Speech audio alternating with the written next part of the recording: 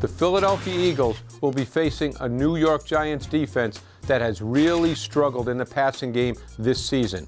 Eli Manning's back at quarterback as he was last week. Now, Eli has struggled a bit this year, some of it not of his own doing. The Giants' offensive line has been a merry-go-round this year. There's been a lot of players who played, and they've never really gotten a group together that's been very, very good.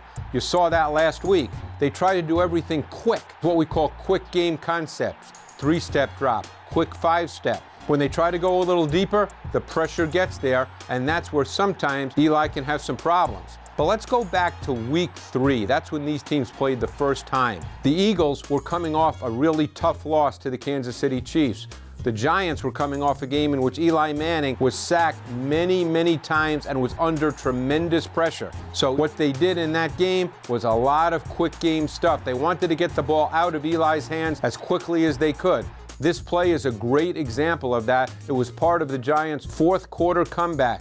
You see Eli takes the snap, quick throw on the inbreaker to Sterling Shepard, breaks a few tackles, some bad angles, goes for a long touchdown. This is what the Giants have to do. It's their only way to attack an Eagles defense that really overmatches them on the defensive line versus the offensive line. We'll see if they can have success. My guess is they won't have a lot.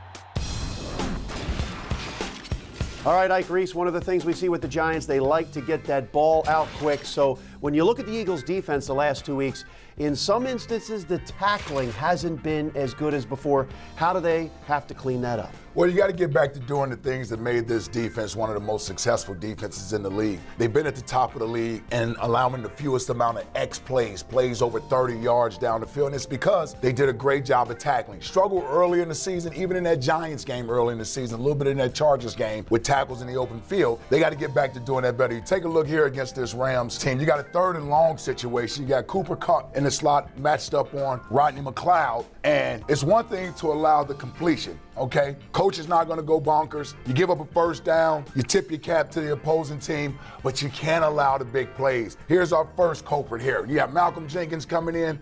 Use that sideline as your extra defender and force Cooper Kupp out of bounds. Okay, Cooper Kupp's a nice player. He makes Malcolm miss.